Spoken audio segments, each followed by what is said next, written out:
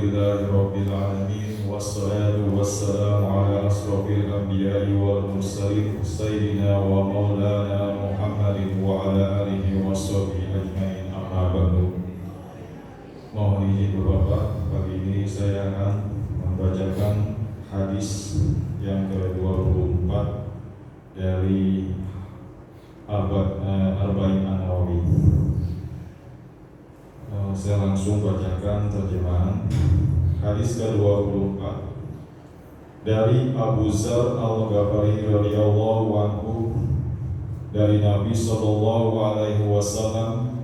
Beliau meriwayatkan dari Allah Azza wa Jalla, sesungguhnya Allah telah berfirman, "Wahai hambaku, sesungguhnya aku mengharamkan kezaliman atas diriku, dan aku menjadikan kezaliman itu haram di antara kalian. Maka janganlah kalian saling menjalimi.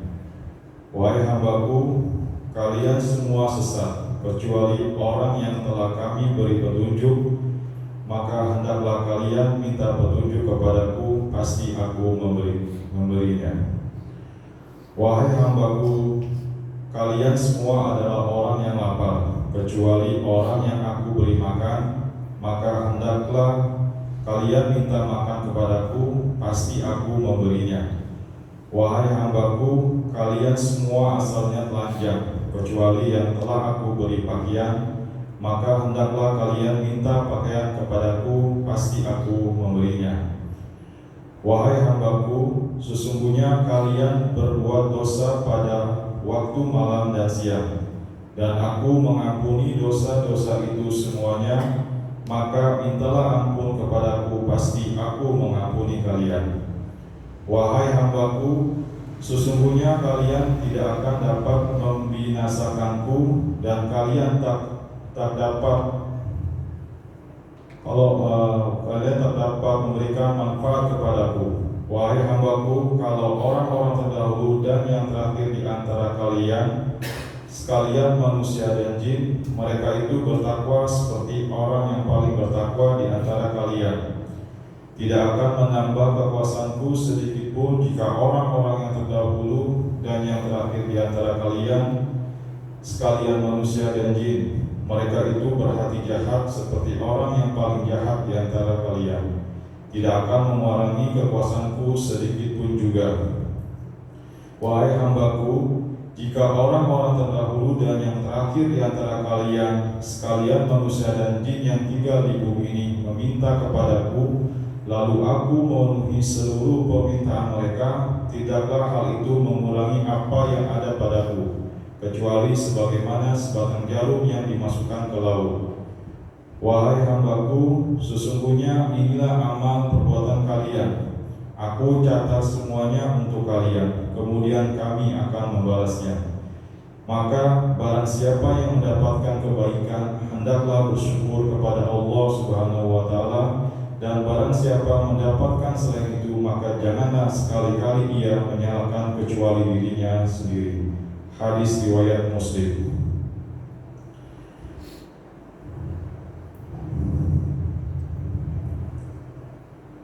Faedah dari hadis ke-24 ini, pertama, riwayat Nabi Sallallahu Alaihi Wasallam dari Rabnya memiliki tingkatan sanad yang paling tinggi, sebab puncak sanad bisa kepada Allah Ta'ala, dan ini yang disebut dengan hadis qudsi.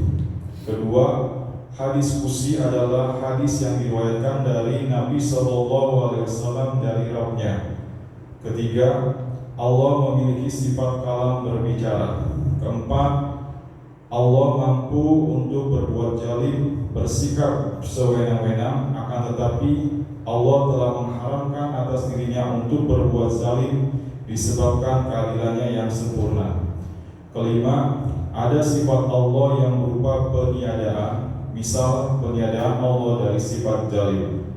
Keenam, hak Allah untuk mengharamkan atas dirinya apapun yang dikehendakinya, sebab segala hukum kembali padanya, sementara kita tidak bisa mengharamkan atas Allah Ta'ala.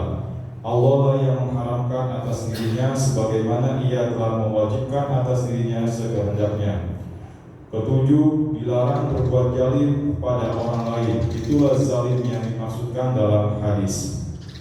Kedelapan, manusia itu tersesat kecuali yang Allah berikan petunjuk padanya. Dari faedah ini kita menyimpulkan bahwa kita wajib untuk senantiasa memohon hidayah kepadanya supaya tidak tersesat. Kesembilan, karena kita dikatakan semuanya sesat, maka kita diperintahkan untuk menuntut ilmu. Kesepuluh, hidayah tidaklah diminta kecuali dari Allah Ta'ala.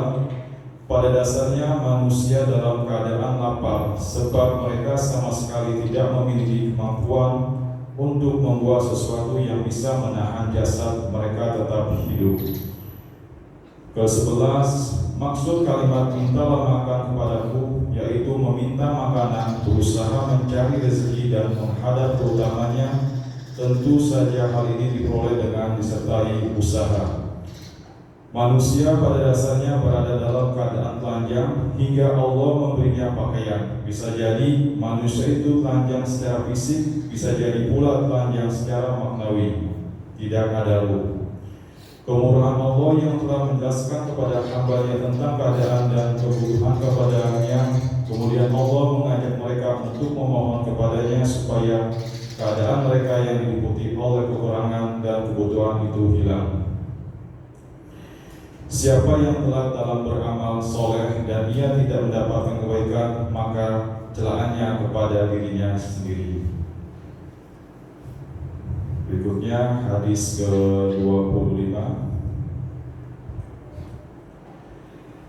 dari Abu Dzar radhiyallahu anhu, ia berkata bahwa ada sejumlah orang sahabat Rasulullah sallallahu alaihi wasallam kepada beliau, "Wahai Rasulullah, orang-orang kaya telah pergi dengan membawa pahala yang banyak. Mereka sholat sebagaimana kami sholat, mereka berpuasa sebagai kami berpuasa, dan mereka bersedekah dengan kelebihan harta mereka."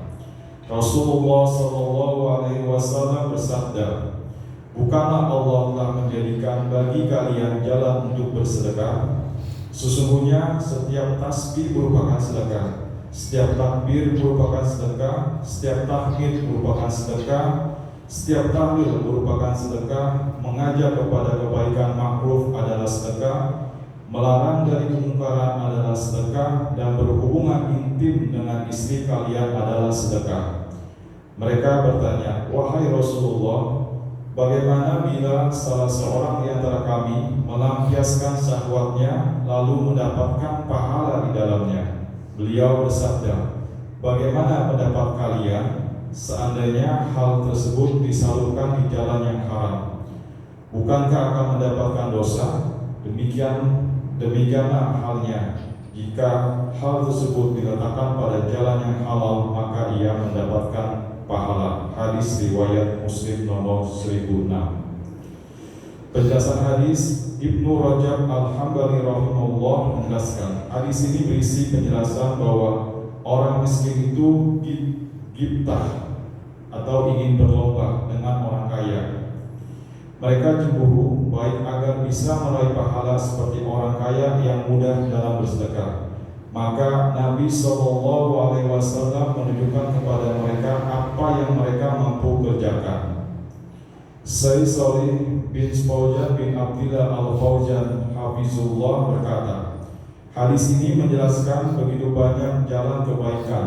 Allah pun memudahkan kita untuk menempuh jalan kebaikan tersebut. Dan ingatlah, setiap orang pasti menginginkan berbuat baik, termasuk yang kaya dan yang miskin. Faedah hadis, para sahabat memiliki sifat saling berlomba dalam kebaikan.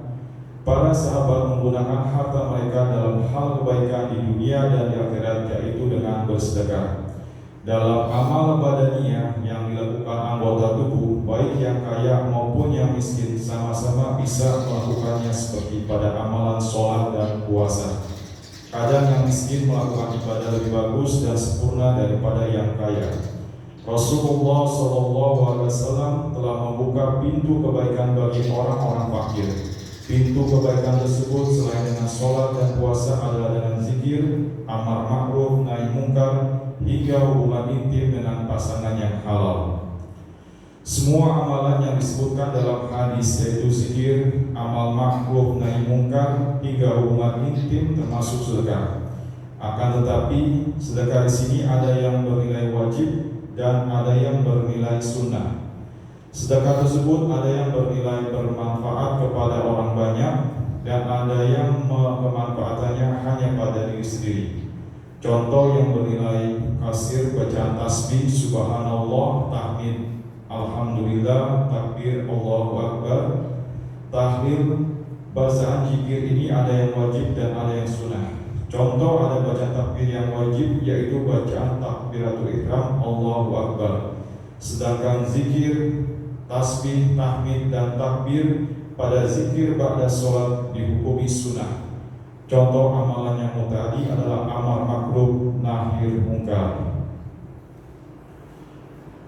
Sari nahi mungkar, melarang dari kemungkaran, adalah mengetahui yang dilarang adalah kemungkaran berdasarkan dalil syar'i, bukan berdasarkan perasaan, kebiasaan cemburu, atau sekilas penglihatan. Orang yang ini dilarang telah diketahui terjerumus dalam kemungkaran. Kemungkinan yang diingkari tidak akan berubah menjadi kemungkaran yang lebih punah. Saya dikasih terlalu panjang. Hadis ini bukan menunjukkan hasad dari sahabat miskin pada sahabat yang kaya, namun ini menunjukkan semangat para sahabat untuk berlomba meraih kebaikan atau disebut ghibtah. Demikian hadis 24 dan 25 dari Nawawi. Semoga kita semua dapat mengambil manfaat dari hadis 24. Demikian yang dapat saya sampaikan. Mohon maaf jika ada salah kata. Wabillahi taufiq wal hidayah. Wassalamualaikum warahmatullahi wabarakatuh.